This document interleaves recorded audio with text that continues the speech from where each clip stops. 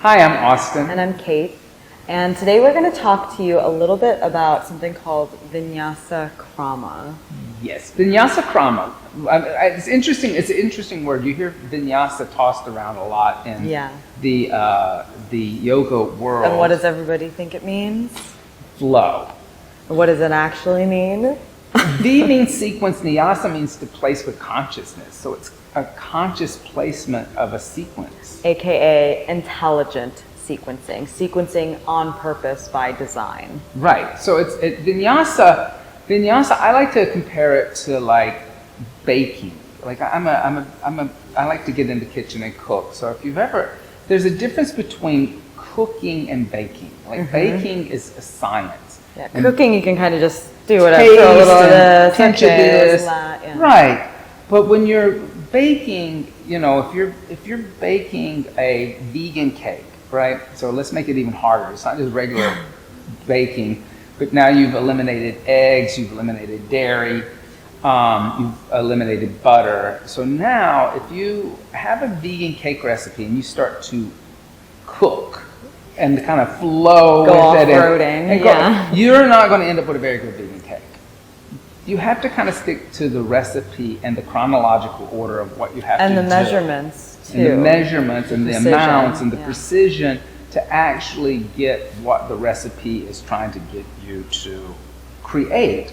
Vinyasa is very much the same way. Vinyasa is about becoming conscious and aware of all of the little stuff that you're doing in a way that's almost like a moving meditation. Right, and what I was going to add to it too is that it really it helps connect the philosophical teachings of yoga, the spiritual teachings of yoga, of acting and living on purpose, into the metaphor, really, of a physical embodiment of that experience through an asana class. Yes, and then Krama is a word that's not talked about a lot, but Krama is understanding the vinyasa all the way at the very end.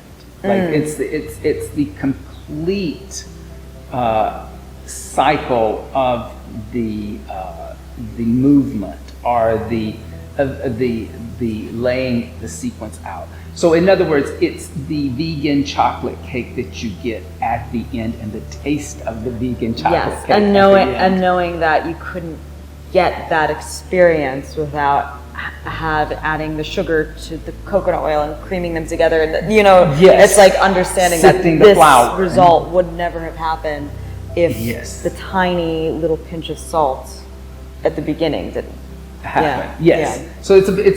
So that's what Vinyasa Krama is, and that's how we train yoga teachers at the Urban Sadhu Yoga Teacher Training, which we're going to be conducting an Urban Sadhu Yoga Teacher Training at Omega Institute,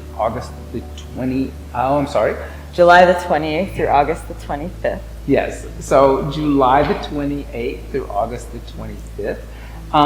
And we'll be teaching this concept of Vinyasa Krama. I like to also call it intelligent yoga asana sequencing. Placing one thing after another so that you end up having the students experience something that's really uplifting. I mean, I'm sure you've been to this yoga class before where you kind of do a random series of asanas that kind of maybe work together as a dance, but maybe your body wasn't prepared to do it. Yeah, and you feel it the next day. And you feel it the next day. And you feel a little disoriented mentally, I find. Right.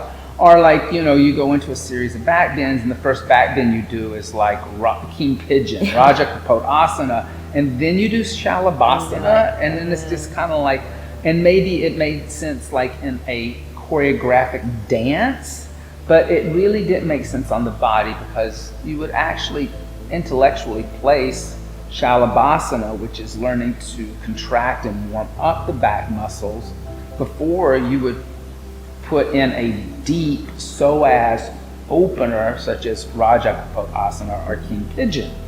And we give you, within the training, you'll have plenty of practical hours as well as like your theory and lecture to understand what Austin has compiled as the framework, the methodology behind intelligent yoga asana design.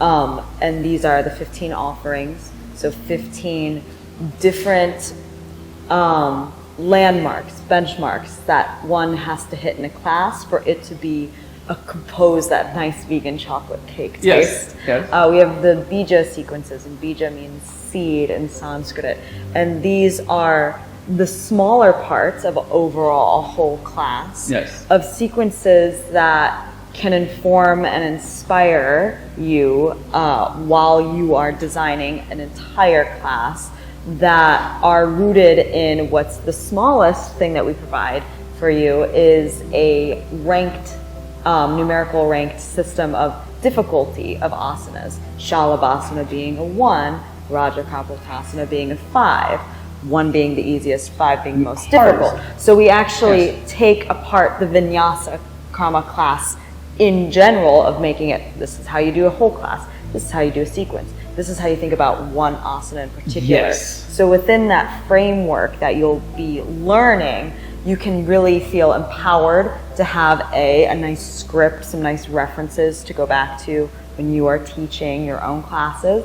And B, once you learn the technique, right, then that gives you the freedom to start to bring in that creative element that people so associate with the Vinyasa class. Yes, and there is that element that we teach at the end, that this is that in the end you're looking to start to develop a creative sequencing. But the Japanese have always had this wonderful rule: before you can break the rules of any kind of art form, you have to understand the rules. And so really what we're doing in any kind of a teacher training is we're learning to understand the basic principles of a conceptual way of presenting something to students. And so that's what we'll be doing. I'm really excited that we're going to be doing this. Me too. So please, we would love to have you join us July 28th through August 25th of 2024 at the Omega Center up in Rhinebeck, New York. If you want to learn more information about the training, you can go to eomega.org or urbansadhuyoga.com. We'll see you there.